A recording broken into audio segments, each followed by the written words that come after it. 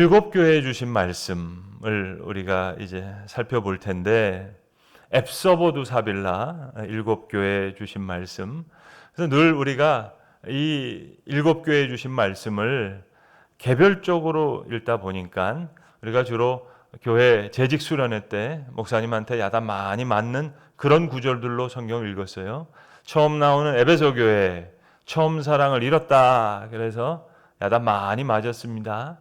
맨 마지막에 나오는 라오디게아 교회, 그것도 재직 수련회 본문 가지고 목사님 설교하면서 뜨겁지도 않고 차지도 않다, 미지근하다. 그래서 야단 많이 맞았습니다.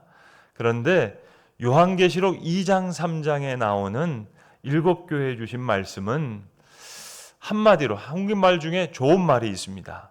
개봉박두. 자, 이제 4장부터 계속해서 우당탕 쿵탕 하는 엄청난 일들을 우리가 보게 될 겁니다.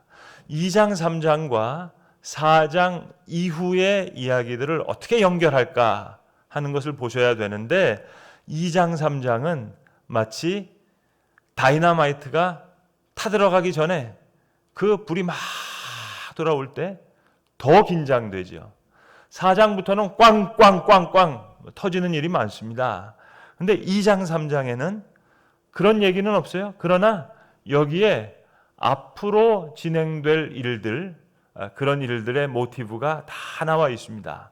그래서 요한계시록을 이해하는 중요한 몇 가지를 말씀드렸는데, 서론에서 구약 성경과의 관계도 중요하고 또 계시록 자체에서의 흐름이 중요합니다. 그래서 앱서보두 사빌라, 각 교회에 주신 말씀입니다만, 이제 계시록이 말씀할 그 중요한 주제를 담고 있는 개봉박두, 그런 의미가 있다 하겠습니다.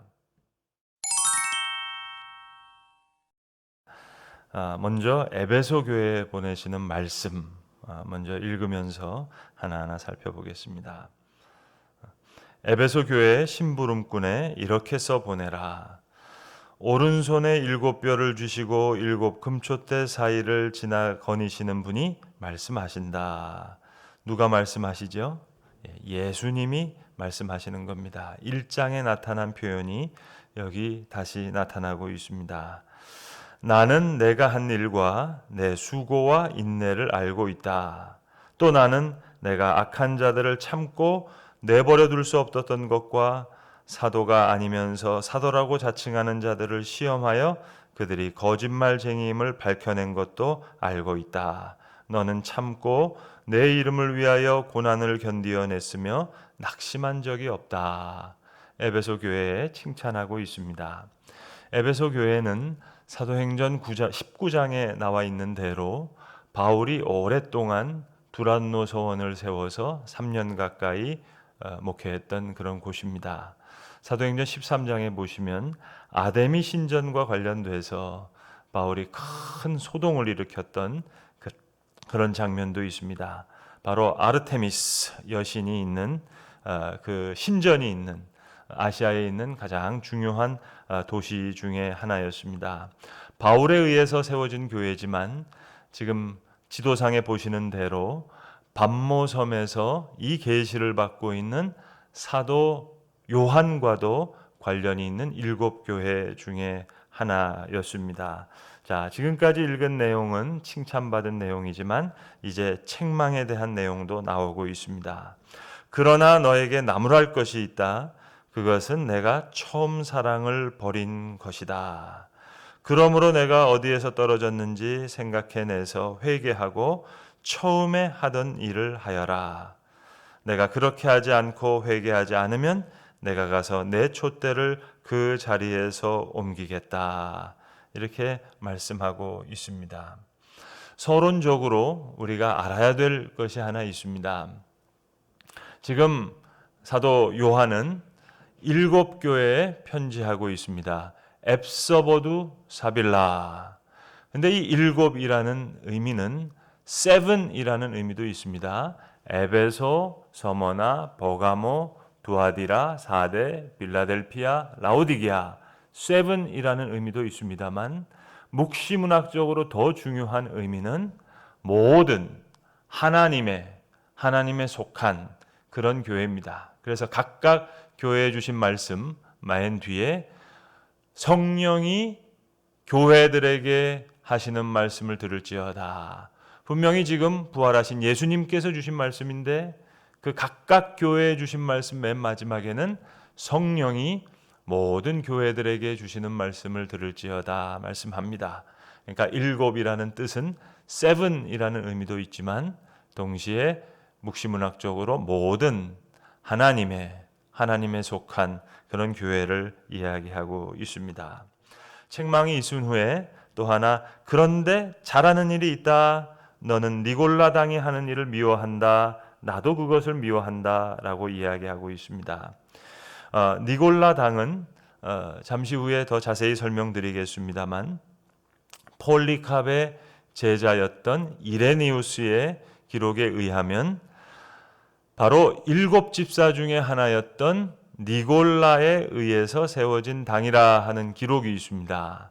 그러나 니골라 당에 대한 또 니골라와 니골라 당에 대한 그 관계에 대해서는 많은 자료가 남아있지 않습니다. 아무튼 이레니우스에 의하면 바로 사도행전 6장 5절에 나오는 일곱 집사, 유대교였다가 이방인이었다가 유대교로 개종한 안디옥 사람 니골라, 그 일곱 집사 중에 하나였던 니골라가 이제 완전 자유주의자가 된 겁니다. 은혜로 다 구원받았으니 복음은 다 필요 없다. 율법은 필요 없다. 그러니까 율법을 제하여 버리고 했던 그런 니골라에 의해서 세워졌던 니골라 당, 그 니골라 당을 에베소 교회가 미워했다. 그것을 칭찬하고 있습니다. 소아시아 교회 중에서 가장 대표적인 교회가 이 에베소 교회와 이제 또 살펴볼 버가모 교회인데 그 버가모 교회와 니골라 당의 관계를 여러분 잠시 후에 자세히 살펴보시기 바랍니다. 자, 이렇게 에베소 교회 얘기한 후에 귀가 있는 사람은 성령이 교회들에게 하시는 말씀을 들어라 말씀하십니다. 이기는 사람에게는 내가 하나님의 낙원에 있는 생명나무의 열매를 주어 먹게 하겠다. 여기 개봉박두, 앞으로 일어날 일에 대한 이야기가 나오고 있습니다. 이기는 사람, 또 생명나무의 열매, 이제 앞으로 나오게 될 것입니다. 자, 이제 정리하겠습니다. 에베소 교회 사도행전 19장에 나오는 바울 두란노 서원을 세웠던 그 에베소 교회와 관련되어 있습니다. 나중에 사도 요한에 의해서 또 영향을 받았던 이 에베소 교회 책망이 있습니다. 처음 사랑을 버린 것, 우리가 재직회 때 목사님들한테 맨날 이 설교 들으면서 야단 많이 맞았어요. 그 책망이 있고 또 니골라 당을 미워한 것 칭찬하고 있습니다. 그러나 에베소 교회에 주신 말씀만이 아니라 개봉박두의 의미를 가지고 자, 하나님의 낙원에 있는 생명나무 열매 이제 나올 겁니다. 계시록 22장에 나오는 내용을 여기 담고 있다 하겠습니다. 자, 이제 두 번째 교회를 보시겠습니다. 서머나 교회에 보내시는 말씀, 세 번역에는 쌍따옴표, 외따옴표가 되어 있기 때문에 잘 이해하기가 좋습니다. 이 본문을 보실 때도 쌍따옴표가 어디 있고 외따옴표가 어디 있는지를 잘 보시면서 성경을 읽어주시기 바랍니다. 톨렐에게 집어서 읽어라. 서머나 교회의 심부름꾼에게 이렇게 써보내라. 누가 말씀하시죠? 예수 그리스도의 계시, 예수님이 하시는 말씀입니다. 외따옴표가 있습니다. 처음이요 마지막이요 죽으셨다가 살아나신 분이 이렇게 말씀하신다. 누구지요? 예수님입니다. 예수님이 말씀하신다. 그렇게 써도 돼요. 그건 서술문입니다. 그러나 묵시문학에서는 처음이며 마지막이며 죽으셨다가 살아나신 분이 이렇게 말씀하신다. 이제 서머나 교회는 칭찬만 있는 교회입니다. 빌라델피아 교회와 함께 유의한 칭찬만 있는 교회 살펴보겠습니다. 나는 내가 당한 환난과 궁핍을 알고 있다. 그런데 사실 너는 부요하다. 또 자칭 유대 사람이라는 자들에게서 내가 비방을 당하고 있는 것도 나는 알고 있다. 그러나 사실 그들은 유대 사람이 아니라 사탄의 무리다. 내가 장차받을 고난을 두려워하지 말아라. 보아라, 악마가 너희를 시험하여 넘어뜨리려고 너희 가운데서 몇 사람을 감옥에다 집어넣으려고 한다. 너희는 열흘 동안 환난을 당할 것이다. 일시적으로 환난을 당할 것이라는 겁니다. 그리고 이제 여기 유명한 구절이 나오죠. 죽도록 충성하라. 그리하면 내가 생명의 면류관을 너에게 주겠다. 귀가 있는 사람은 성령이 교회들에게 하시는 말씀을 들어라. 이기는 사람은 둘째 사망의 해를 받지 않을 것이다. 자, 서머나 교회, 죽도록 충성하라. 너무 유명한 구절이죠. 서머나 교회와 관련된 중요한 인물 하나가 있습니다. 사도적 교부였던 폴리캅입니다. 사도적 교부란 사도에 의해서 세워진 교부, 속사도라는 말도 쓰는데 사도 요한에 의해서 세워진 교부가 폴리캅입니다. 이 폴리캅은 서머나에서 태어나서 서머나에서 죽었던 순교자입니다. AD 155년도에 화형을 당해서 순교하게 되는데 본문에 나오는 면류관, 헬라어로는 스테파노스, 우리 스테반이라는 이름을 알죠. 면류관이라는 의미입니다. 여러분, 앱서버드 사빌라 7교회에 쓴 편지지만 모든 교회가 읽었습니다만 서머나 교회에 있는 사람들은 자기 교회에 보신 말씀 더 열심히 읽었겠죠. 우리 지금 코로나 확진자 나올 때 연수구 그러면 우리가 더 열심히 봅니다.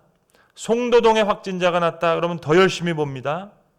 그러면 폴리캅이 이 서머나 교회에 보신 말씀을 얼마나 더 열심히 받겠습니까? 자, 그러니 너희 가운데 몇 사람을 감옥에다 집어넣으려고 한다. 너희는 열흘 동안 환난을 당할 것이다. 그러나 죽도록 충성하라. 그리하면 내가 생명의 면류관을 너에게 주겠다. 스테파노스, 면류관을 주겠다. 아마도 이 말씀을 폴리캅은 더 마음속에 깊이 새겼을 겁니다. 그래서 말씀 그대로 죽도록 충성해서 순교, 유명한 순교자가 됐던 폴리캅. 자, 그리고 이제 서머나에게 주신 말씀, 둘째 사망, 이제 나올 얘기입니다. 개봉박두, 계시록 20장에 나올 내용들을 여기 가지고 있습니다. 그러니까 서머나 교회, 개교회에 주신 말씀도 중요하지만 성령이 모든 교회에게 주신 말씀으로 우리가 받아야 될 것입니다. 자, 이제 세 번째 교회에 주신 말씀을 읽어보겠습니다. 버가모 교회에 보내신 말씀. 버가모 교회의 심부름꾼에게 이렇게 써 보내라. 그리고 웹다운표가 나옵니다. 날카로운 양날칼을 가지신 분이 이렇게 말씀하신다. 누가 말씀하세요? 예수님이 말씀하세요. 계시록 1장에 나왔던 그 예수님의 표현이 여기 다시 말씀되어지고 있습니다. 나는 내가 어디에 거주하는지를 알고 있다.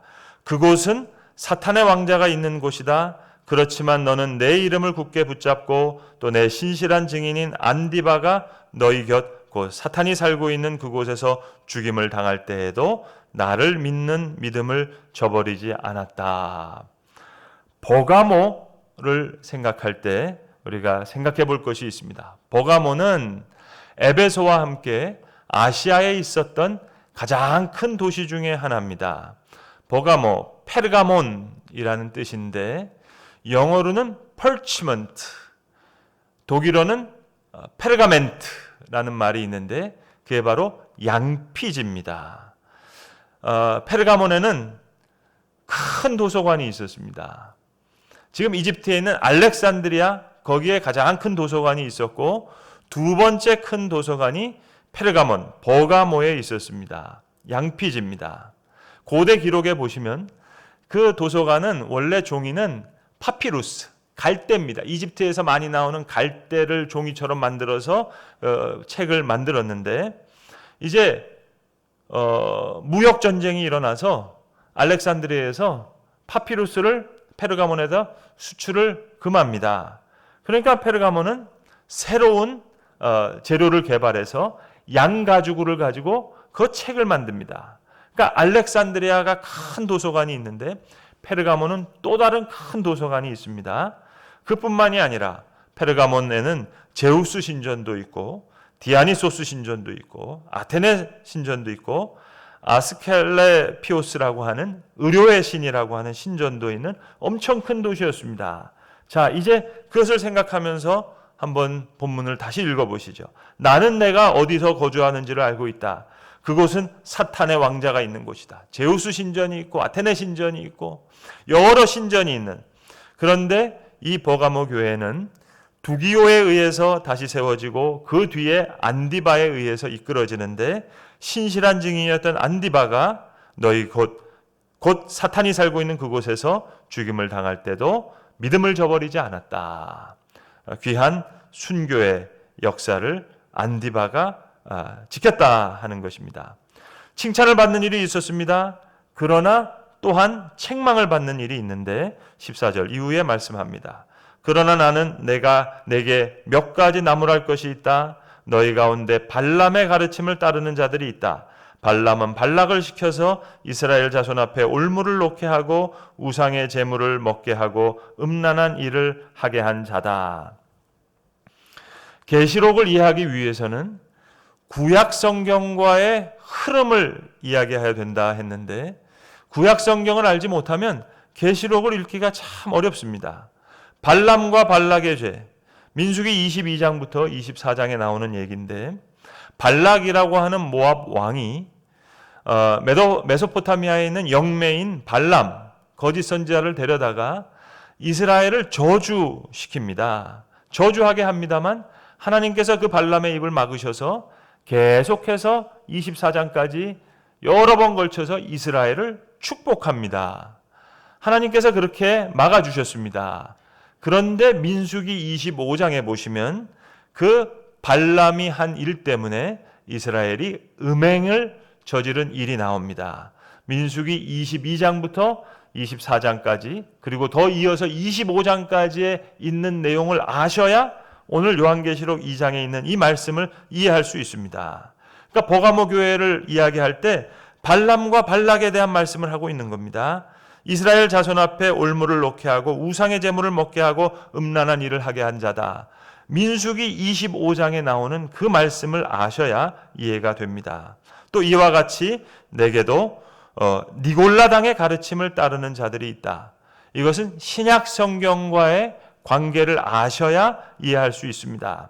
에베소 교회에서 나왔던 말씀대로 폴리캅의 제자였던 이레니우스의 기록에 의하면 니골라당은 사도행전 6장에 나오는 7집사 중에 하나였던 니골라에 의해서 그 세워진 당이다 하는 내용이 있습니다만 자세한 내용은 알 길이 없습니다.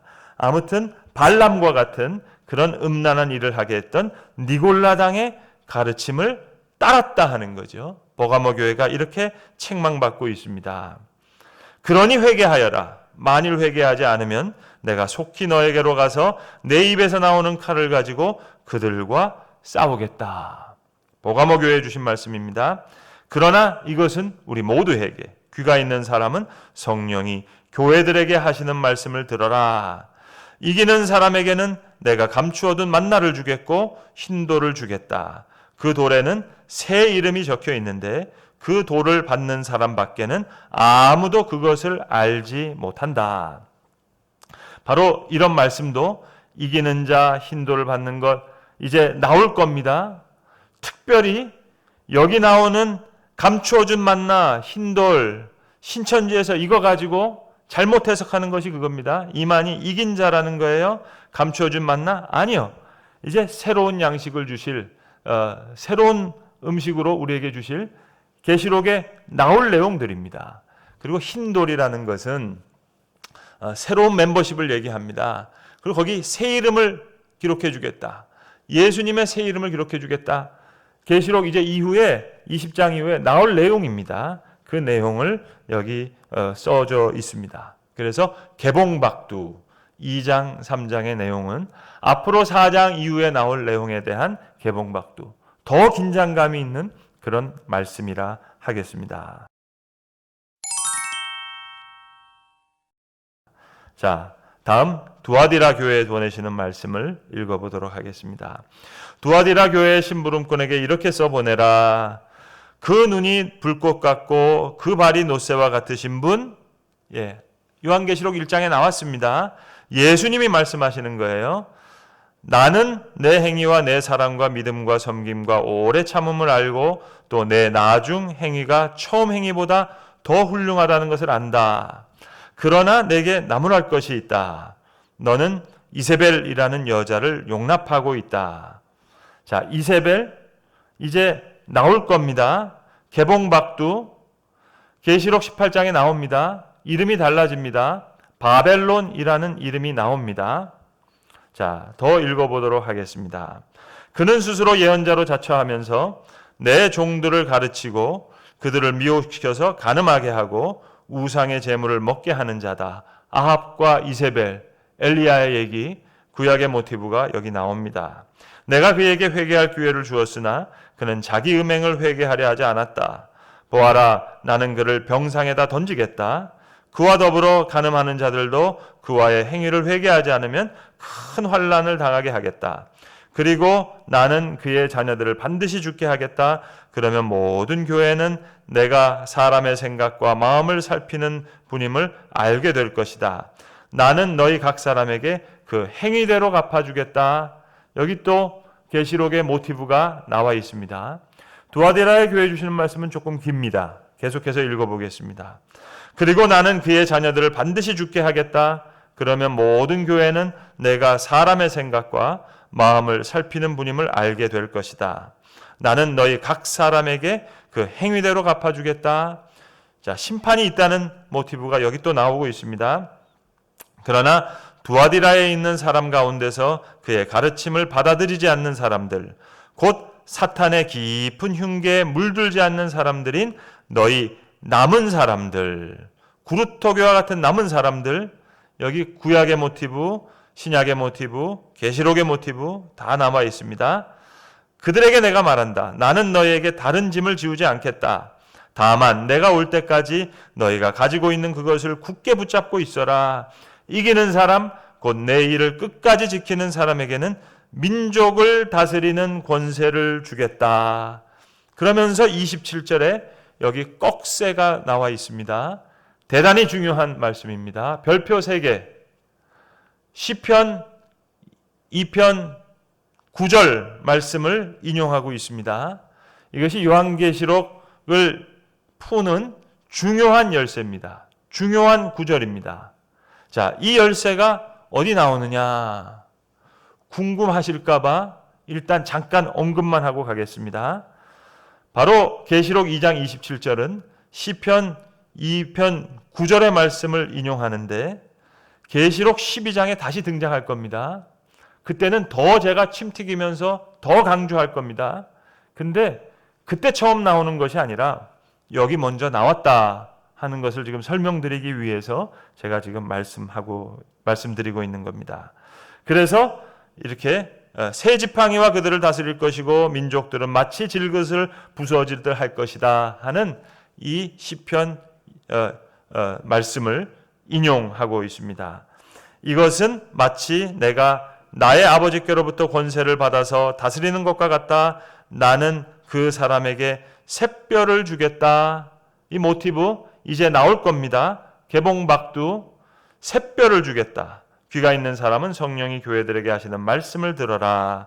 이제 개봉박두 이세벨뿐만 아니라 새벽별, 샛별 이제 곧 나올 겁니다. 그 내용을 여기 담고 있습니다. 자, 이제 3장으로 넘어가서 4대 교회, 빌라델피아 교회, 라오디게아 교회를 살펴보도록 하겠습니다. 4대 교회에 보내는 말씀. 4대 교회의 심부름꾼에게 이렇게 써보내라. 하나님의 7영과 7뼈를 가지신 분이 말씀하신다. 나는 내 행위를 안다. 자, 누가 말씀하세요? 예수님이 말씀하십니다. 계시록 1장에 나왔던 그 표현을 다시 가져다 쓰고 있습니다. 너는 살아있다는 이름은 있으나 실상은 죽은 것이다. 살아있는 것 같지만 실상은 죽은 것이다. 이것도 우리 재직회 때 이 본문 가지고 목사님한테 야단 많이 맞았던 그런 구절입니다. 깨어나라. 그리고 아직 남아있지만 막 죽어가는 자들을 굳건하게 하여라. 나는 내 행위가 나의 하나님 앞에서 완전하다고는 생각지 않는다. 그러므로 내가 그 가르침을 어떻게 받고 어떻게 들었는지 되새겨서 굳게 지키고 회개하여라. 만일 내가 깨어있지 않으면 내가 도둑같이 올 것인데, 여기 도둑같이 온다는 것은 재림을 이야기한다기보다 하나님의 심판이, 이제 그 재앙이, 우리가 볼 그 4장 이후의 그 재앙이 도둑같이 올 것이다. 그렇게 해석하는 것이 더 옳다 하겠습니다. 어느 때에 그 재앙이 내게 올지는 너는 알지 못한다. 사대교회가 책망을 받고 있습니다. 살아있는 것 같으나 실상은 죽은 자와 같은 사대교회가 이렇게 책망받고 있지만, 그러나 사대에는 자기 옷을 더럽히지 않는 사람 몇이 있다. 그들은 흰 옷을 입고 나와 함께 다닐 것인데, 흰옷 대단히 중요한 모티브입니다. 이제 요한계시록에 계속 나올 것인데 미리 저랑 흰옷의 의미를 여기서 정리하고 넘어가시자고요. 흰옷의 의미, 첫 번째 순결, 두 번째 승리, 세 번째 섬김. 순서가 중요합니다.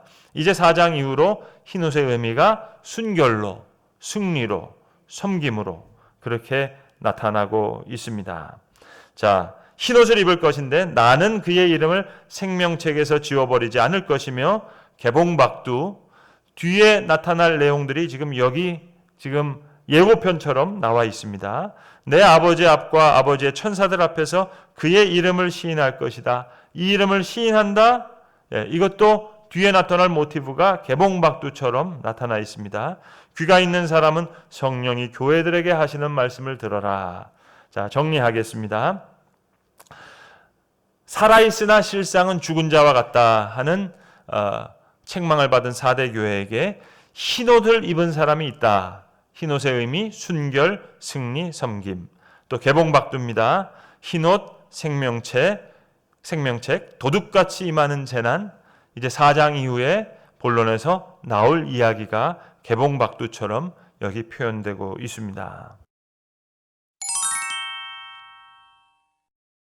다음 빌라델피아 교회. 빌라델피아 교회는 서모나 교회와 함께 책망이 없는, 칭찬만 있는 교회입니다. 자, 쌍따옴표, 외따옴표를 보면서 다시 한번 살펴보시겠습니다. 빌라델피아 교회의 심부름꾼에게 이렇게 써보내라. 자, 거룩하신 분, 참되신 분, 다윗의 열쇠를 가지신 분, 여시면 닫을 사람이 없고 닫으시면 열 사람이 없는 그분이 말씀하신다. 예수님이 말씀하시는 거예요. 부활하신 예수님께서 말씀하십니다. 나는 내 행위를 안다. 보아라, 내가 너 앞에 문을 하나 열어두었는데 아무도 그것을 닫을 수가 없다. 내가 힘은 적으나 내 말을 지키며 내 이름을 모른다고 하지 않았다. 칭찬하고 있습니다.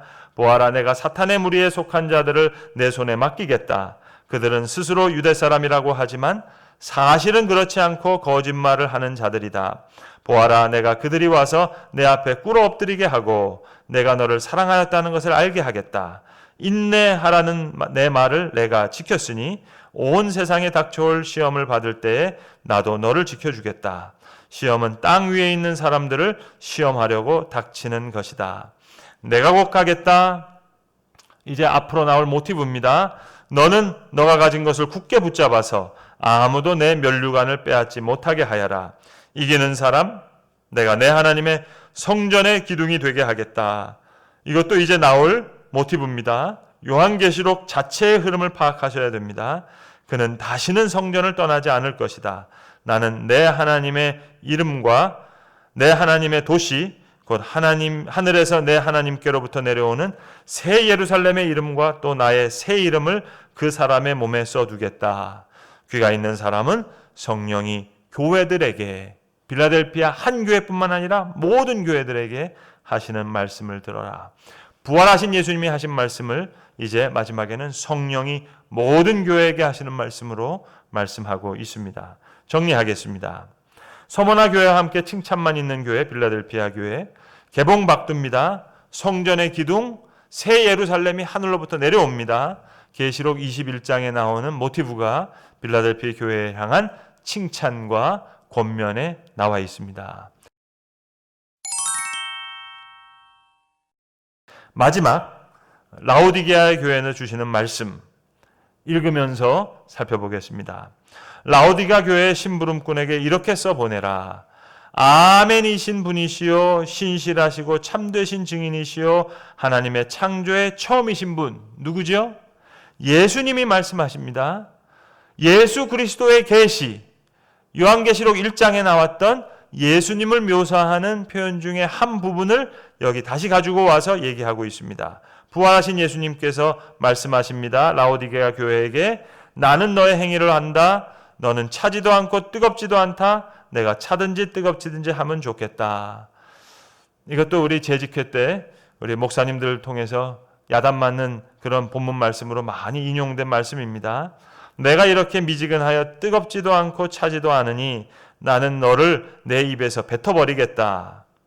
너는 풍족하여 부족한 것이 조금도 없다고 하지만 실상 너는 내가 비참하고 불쌍하고 가난하고 눈이 멀고 벌거벗은 것을 알지 못한다. 실제로 라오디게아는 지금 여러분 가보실 수 있습니다. 터키를 여행하시는 분들 많이 가시는 세계 유산이 있는데 파묵갈레라고 하는 온천이 있습니다. 이 라오디게아는 골로새, 히에라볼리 세 지역은 같이 붙어 있습니다. 그래서 골로새서 4장 13절부터 16절로 보시면 바울이 어떻게 편지하는고 하니 내가 써보내는 이 골로새 편지는 히에라볼리 라오디게아 교회가 다시 읽고 골로새 너희 교회는 라오디게아로부터 온 편지를 너희가 읽어라 이렇게 하는 말씀이 나옵니다. 그리고 라오디게아에 있는 눈바와 그 부인의 집에 문안하라. 자, 그 골로새 교회 옆에 있었던 그 라오디게아 교회 파묵갈레 그 온천이 있었기 때문에 지금도 여행 다니시는 분들이 가서 보시면 거기 발을 담그고 온천합니다. 물이 미지근합니다. 그러니까 오늘 본문을 읽을 때 라오디게아 교회 사람들은 너무 잘 알 수 있는 거죠. 내가 이렇게 미지근하여 뜨겁지도 않고 차지도 않으니 나는 너를 내 입에서 뱉어버리겠다 말씀하셨습니다. 그러므로 나는 내게 권한다. 너가 부유하게 되려거든. 부유한 교회로 라오디게아를 설명하고 있습니다.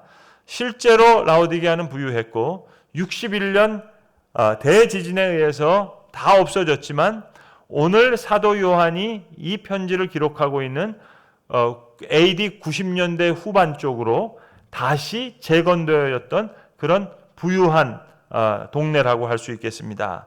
그런데 진정으로 너가 부유하게 되려거든 불에 정련된 금을 내게서 사고 내 벌거벗은 수치를 가려서 드러내지 않으려고 흰옷을 사서 입고 내 눈이 밝아지려거든 안약을 사서 눈에 발라라.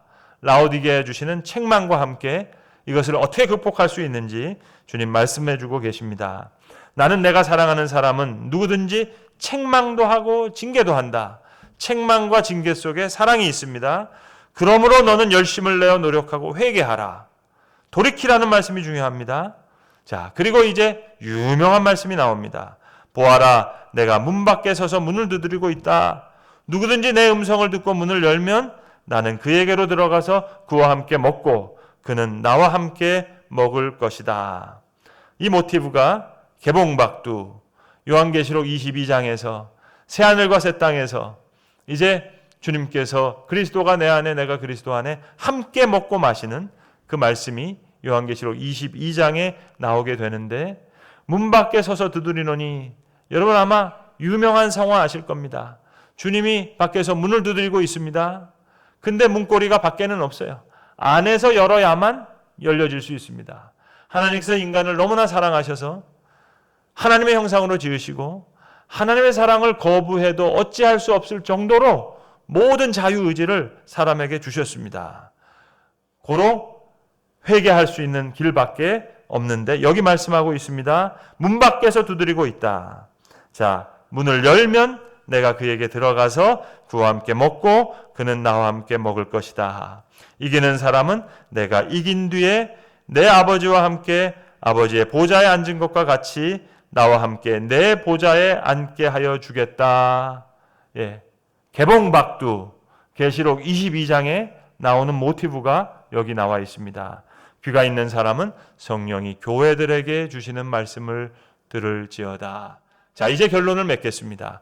앱서보드 사빌라, 7 교회, 7 교회라는 의미도 있습니다만 더 큰 의미는 귀 있는 자들은 성령이 교회들에게 주시는 말씀, 묵시문학적으로 7이라는 뜻은 7의 의미만 있는 것이 아니라 모든 하나님에 속한, 하나님에 의한 교회에 주신 말씀이라고 하겠습니다.